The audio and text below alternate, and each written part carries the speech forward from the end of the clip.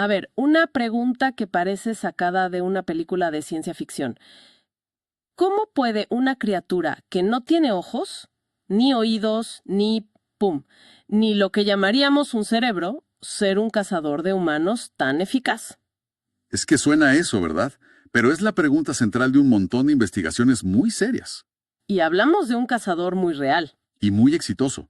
Hoy vamos a analizar a fondo el mundo de un nematodo parásito, el Strongyloides stercorales.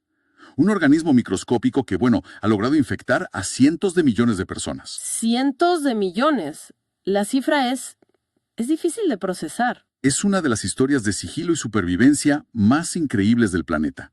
Para entenderlo, tenemos aquí una serie de investigaciones que se leen casi como un expediente de detectives, ¿no? Los científicos siguiendo pistas moleculares, interrogando genes, espiando neuronas. Totalmente. Es un trabajo de detective a nivel microscópico. Y nuestra misión aquí es justo esa, desgranar esas pruebas para entender cómo este gusanito usa una señal tan común, el dióxido de carbono que exhalamos. El CO2. Exacto, el CO2. ¿Cómo lo usa como si fuera un faro que lo guía directo a su objetivo? Vamos a intentar desarmar esa brújula química que tiene. Perfecto, pues empecemos a desenredar esto. El protagonista, entonces, Strongyloides stercoralis. Ya dijimos que afecta a muchísima gente, pero su ciclo de vida también suena complicado. Es extraordinariamente complejo, sí, porque alterna entre dos modos de vida, digamos. Por un lado, puede vivir libremente en el suelo, como un organismo más. Ajá. Pero por otro lado tiene una fase infecciosa. Y en esa fase, su único objetivo es encontrar un huésped de sangre caliente como una persona para meterse y seguir su ciclo. Y ahí está el primer gran misterio. Si está en el suelo, ¿cómo sabe que hay una persona cerca? No es que pueda ver u oír. ¿Qué le dice es por aquí? Esa es la pregunta del millón. Y la respuesta es una molécula que producimos constantemente, el dióxido de carbono, El CO2. el CO2. En las fuentes que analizamos le ponen un nombre muy técnico, algo como indicador quimiosensorial asociado al huésped. O sea, el aliento de la presa. Exactamente. Es la forma más sencilla y directa de decirlo. Pensemos en ello. Todos los animales de sangre caliente exhalamos CO2. Es una señal constante, súper fiable. Y que viaja, se dispersa por el aire, por el suelo. Justo. Para un parásito que busca calor, una corriente de CO2 es como una flecha de neón que parpadea y dice, vida aquí, comida potencial aquí. Es una señal casi universal. Entendido. El CO2 es la pista. Pero, claro, una cosa es saber cuál es la pista y otra muy distinta es saber quién la escucha, por así decirlo. En un gusano tan pequeño, ¿cómo encuentran la célula exacta que lo detecta? Suena imposible. Suena a buscar una aguja en un pajar celular, totalmente. Y ese fue el gran desafío. Pero los investigadores, usando genética, empezaron a tener sospechosos. Ajá. Y la atención se centró en un par de neuronas sensoriales muy específicas. Se conocen como las neuronas AFD, ¿Y qué las hacía tan especiales? ¿Por qué esas y no otras? porque expresaban un gen muy particular, llamado TAX-4. Ya se sabía, por otros organismos parecidos, que este gen está metido en la quimiosensación, o sea, en oler o detectar químicos del entorno. Ah, claro. La hipótesis es lógica. Si este gen sirve para oler y estas neuronas lo tienen, Quizás estas neuronas son la nariz del gusano para el CO2. Esa era la idea. ¿y cómo lo probaron? Porque una cosa es la teoría. Pues aquí es donde entra la genética moderna, que es una herramienta increíble. Lo que hicieron fue crear gusanos modificados genéticamente. Gusanos en los que ese gen, el TAX4, estaba roto, inactivo. Lo apagaron. Lo apagaron, sí. Y el resultado fue clarísimo. Estos gusanos perdieron por completo su capacidad de reaccionar al CO2. Se volvieron, en esencia, ciegos al dióxido de carbono. Vaya. Les podías poner una fuente de CO2 al lado y nada, ni se inmutaban. ¡Qué fascinante! Y las fuentes van incluso más allá. Mencionan otro gen, el GC35. Dicen que es parte del receptor. O sea, no solo encontraron la neurona, sino la molécula exacta que funciona como sensor. Esa es una gran analogía. Es que el nivel de precisión es asombroso. Se cree que la proteína de ese gen es la que físicamente se une al CO2 y ¡pum!, dispara la señal eléctrica en la neurona. Me genera una duda. Hablas de romper o apagar un gen. Y suena muy complejo. ¿Cómo se hace eso? En la práctica, en el laboratorio. Es una pregunta excelente, porque la técnica es muy elegante. Una de las más comunes se llama interferencia de ARN. De forma muy simple, es como mandarle a la célula una instrucción para que ignore un gen. Como un silenciador. Exacto, un silenciador molecular. No destruyes el gen, pero evitas que la célula lo lea. Así puedes apagar funciones muy específicas y estar seguro de que lo que observas es por culpa de esa neurona que silenciaste. Es como interceptar un correo antes de que llegue a su destinatario. Justo así. Y eso nos lleva al experimento central. De acuerdo. Tienen la teoría, tienen la herramienta para silenciar las neuronas. ¿Qué pasó cuando lo hicieron? Pues el resultado fue, como dicen en los estudios, inequívoco. Los gusanos con las neuronas AFD silenciadas se volvieron completamente ciegos al CO2. En las pruebas, donde pones a los gusanos y liberas CO2 en un lado, Los normales se movían hacia él. o se alejaban pero reaccionaban. Los modificados, en cambio, lo ignoraban. Se movían al azar como si el gas no existiera. Era la prueba definitiva. Caso cerrado entonces. Las neuronas AFD son la nariz del gusano. Parecía que sí. Pero aquí es donde la historia da un giro y se vuelve mucho, mucho más interesante. Ah, ¿hay más? Mucho más. Resulta que el CO2 no siempre significa lo mismo para el gusano. Espera un momento. ¿Me estás diciendo que la misma molécula puede ser un imán y a la vez un repelente? Eso suena totalmente contradictorio. Lo es. Pero las investigaciones revelaron un comportamiento dual increíble que depende de una cosa: la temperatura. La temperatura a 37 grados Celsius, la temperatura del cuerpo humano, las larvas infecciosas se sienten fuertemente atraídas por el CO2. Lo cual tiene todo el sentido del mundo. Si detecta CO2 y además siente calor, es la combinación perfecta. Es la señal de que el huésped está ahí mismo. Exacto. A esa temperatura, el gusano está en modo caza. La firma térmica y química de un mamífero es luz verde para invadir. Pero, Pero, y este es el giro, si la temperatura es de 23 grados Celsius, una temperatura más fresca, típica del suelo, ajá, los gusanos son activamente repelidos por la misma concentración de CO2. increíble. O sea que, dependiendo de si hace calor o frío, la misma señal que antes era comida aquí, se convierte en aléjate de aquí. ¿Lo entendí bien? Lo has captado a perfección.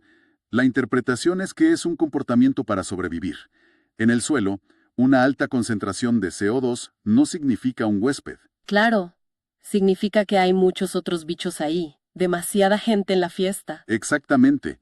Demasiada competencia por los recursos. Así que, a esa temperatura, el CO2 se convierte en una señal para dispersarse, para buscar un lugar menos poblado. Es un mecanismo de una eficiencia brutal. Usar la misma señal para dos cosas opuestas pero vitales. Es brillante, evolutivamente hablando. Pero esto nos deja con otra pregunta. ¿Cómo se produce ese cambio a nivel neuronal?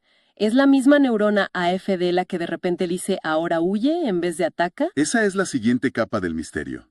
Y la respuesta es que no, no es tan simple. El análisis del circuito sugiere que hay más actores en escena. Se descubrió otro par de neuronas, llamadas AWC. O sea, no es una sola neurona, sino un equipo. Es un circuito. Los datos apuntan a que las neuronas AFD, las primeras que identificamos, son las principales responsables de la repulsión, cuando hace más frío. De acuerdo. Pero se cree que las otras, las AWC, podrían estar mediando la atracción cuando la temperatura sube. Es como tener dos sistemas de navegación paralelos. Un sistema para huir y otro para cazar. Y el termostato del ambiente decide cuál de los dos toma el control. Esa es una excelente forma de visualizarlo. De hecho, uno de los estudios lo muestra de una forma muy visual. Usaron una técnica que permite ver cuándo una neurona se activa, porque brilla con fluorescencia. O sea, que pudieron ver a las neuronas pensar en tiempo real. Básicamente sí. Y lo que vieron fue que las neuronas AFD se encendían muchísimo con pulsos de CO2, pero solo cuando el gusano estaba a la temperatura más baja. A 23 grados. A 23 grados. A 37, la respuesta era mucho menor. Se pudo ver literalmente cómo el interruptor de la temperatura cambiaba la actividad de la neurona. Ver esa imagen debió ser un momento eureka para los científicos. Pero, a ver, llevemos todo esto al mundo real. ¿Por qué es tan importante entender con tanto detalle el sistema de navegación de un gusano? Aquí es donde conectamos con las implicaciones prácticas. que son enormes. Comprender estos circuitos abre la puerta a estrategias radicalmente nuevas para combatir las infecciones. Claro, porque el enfoque tradicional es desarrollar fármacos que maten al gusano, venenos, básicamente. Y siempre está el problema de la resistencia. Los parásitos evolucionan y los fármacos dejan de funcionar. Es una carrera armamentista. ¿Y con esto? Con este conocimiento, el enfoque puede ser mucho más sutil. En lugar de matar al gusano, ¿qué pasaría si pudiéramos sabotear su sistema de navegación? Imagina que desarrollas algo que bloquee solo la función de esas neuronas. Sería como apagarle el GPS. El parásito seguiría vivo, pero estaría completamente perdido. Nunca encontraría a su huésped. Exactamente. Es como darle a alguien las indicaciones equivocadas. El parásito se quedaría en el suelo incapaz de localizarnos. No se trata de matar, sino de desorientar. Es una estrategia mucho más elegante y supongo que menos propensa a generar resistencia. Mucho menos, porque no ejerces esa presión de vida o muerte directa. Y este principio, claro, no se aplica solo a este gusano. Pienso en los mosquitos, que también nos encuentran en la oscuridad. Por supuesto. Los mosquitos son maestros en la detección de CO2. Es su principal herramienta de largo alcance. Entender estos sistemas sensoriales nos permite diseñar repelentes más efectivos, trampas más inteligentes. Es como hackear su biología en nuestro beneficio. Mencionaste algo importante. El CO2 es la señal de largo alcance. Pero las fuentes también dicen que no es la única pista. Hablan de sales, de químicos de la piel. Esa es una pieza fundamental. El CO2 le dice al gusano, hay un mamífero en esa dirección. Lo atrae desde lejos. Ajá. Pero a medida que se acerca, necesita información más precisa. Y ahí es donde entran las señales de corto alcance.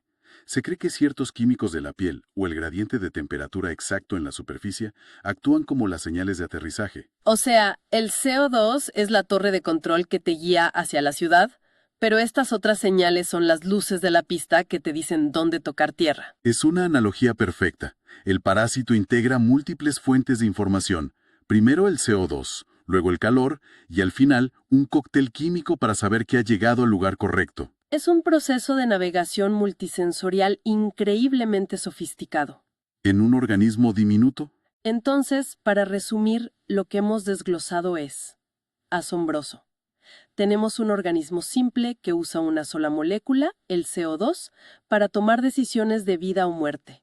Y el significado de esa molécula cambia por completo con un termómetro. Permitiéndole alternar entre cazar para reproducirse y huir para sobrevivir. Un sistema de una eficiencia brutal. Absolutamente.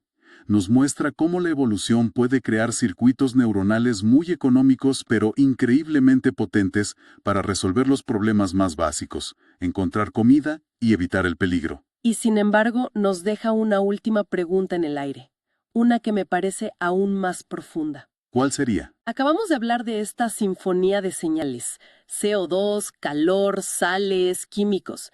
Si el CO2 es solo una nota en esta melodía que emite un huésped, la pregunta que queda es, ¿cómo integra el cerebro de este gusano, con apenas unos cientos de neuronas, toda esa información para construir un mapa del mundo tan preciso y letal? ¿Cómo un sistema tan minúsculo procesa datos de múltiples sentidos para tomar la decisión correcta en el momento justo? Ahí, en esa integración, parece que reside el próximo gran misterio de este pequeño y formidable cazador.